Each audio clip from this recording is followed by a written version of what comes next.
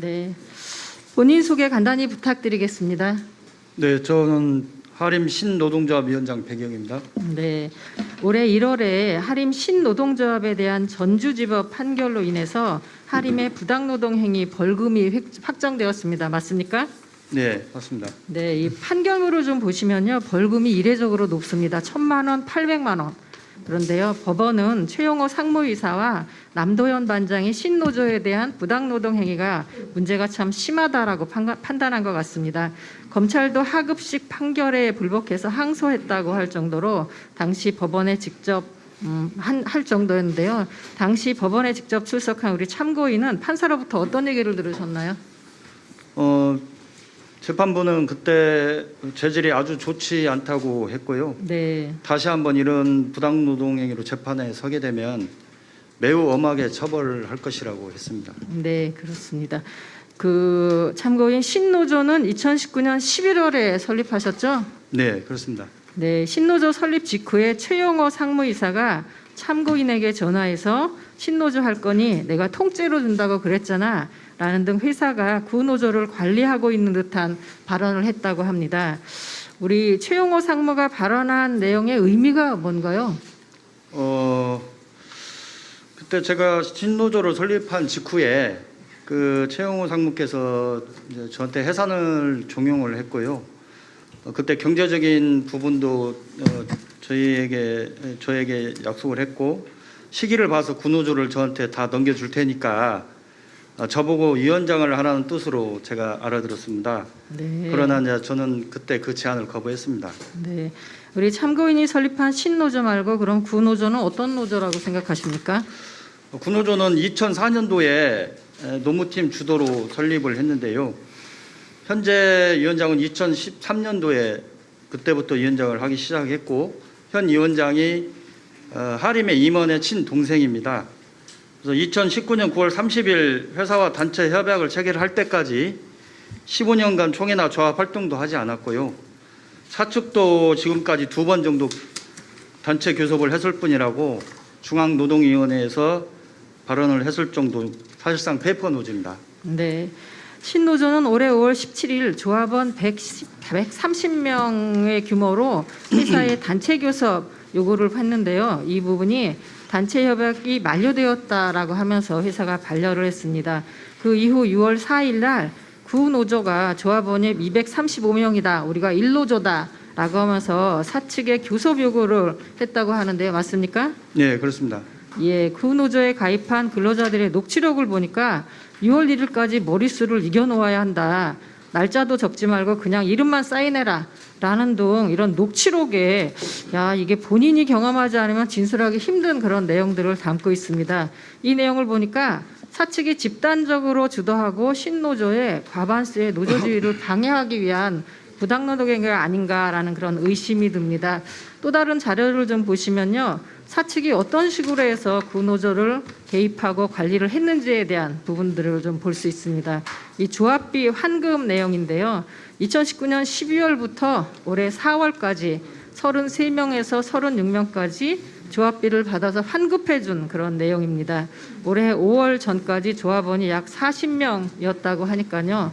거의 전부 다 환급해 준 그런 상황이라고 볼 수 있습니다. 게다가 올해 5월에는 신노조가 사측에 교섭을 요구한 시기이기도 합니다.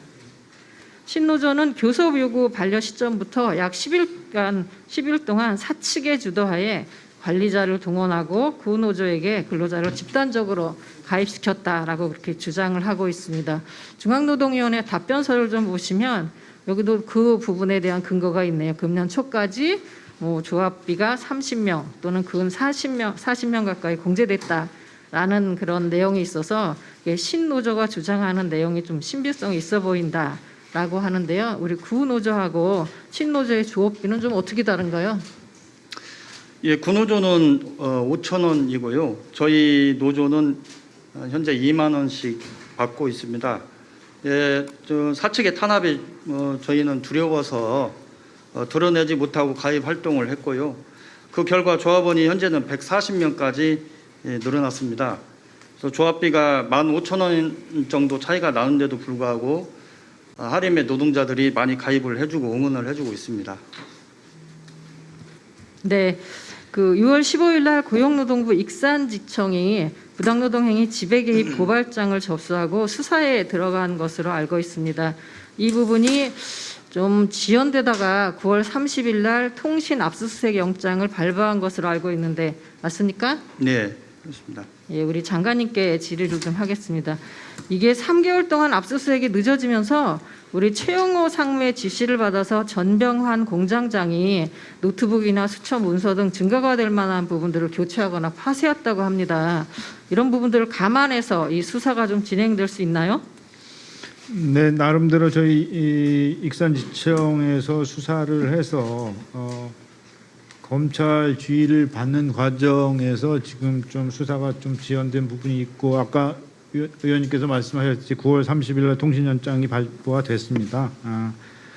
녹취록 내용을 포함을 해서 회사 개입 여부에 대해서 조사가 집중적으로 될 수 있도록 그렇게 하겠다는 말씀을 드리고요. 개입 여부 확인되면 엄정 조치하도록 그렇게 하겠습니다. 네, 이 신노조를 깨기 위해서 이게 구노조를 개입했다는 자료가 있습니다. 실제로 보니까 2009년에 구노조가 설립된 후에 노조원이 딱 3명이었고요. 이게 시간이 지나면서도 늘지 않다가 어느 순간 갑자기 2021년 5월부터 6월 4일까지 거의 200명 가까운 그 노조원이 늘었습니다. 이 부분들이 이 신노조에서 주장하고 있는 사측의 노조 개입, 지배 개입이 아닐까 하는 그런 생각이 듭니다.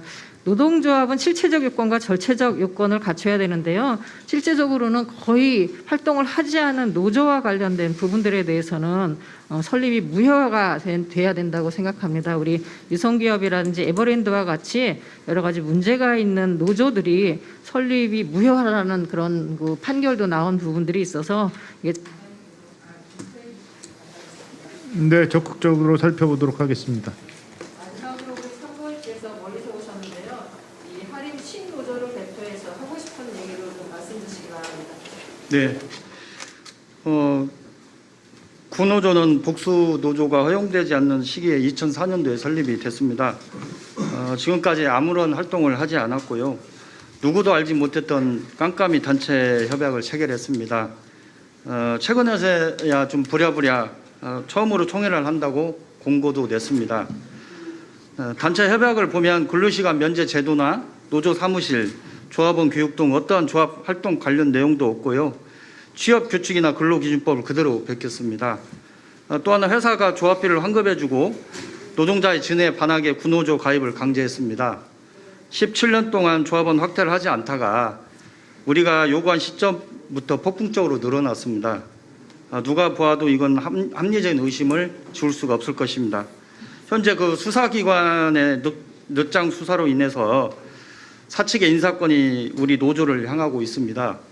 노동 강도를 높이고 저에 대해서 허위사실 유포를 하고 이에 대해서 서명을 받고 다니고 있습니다.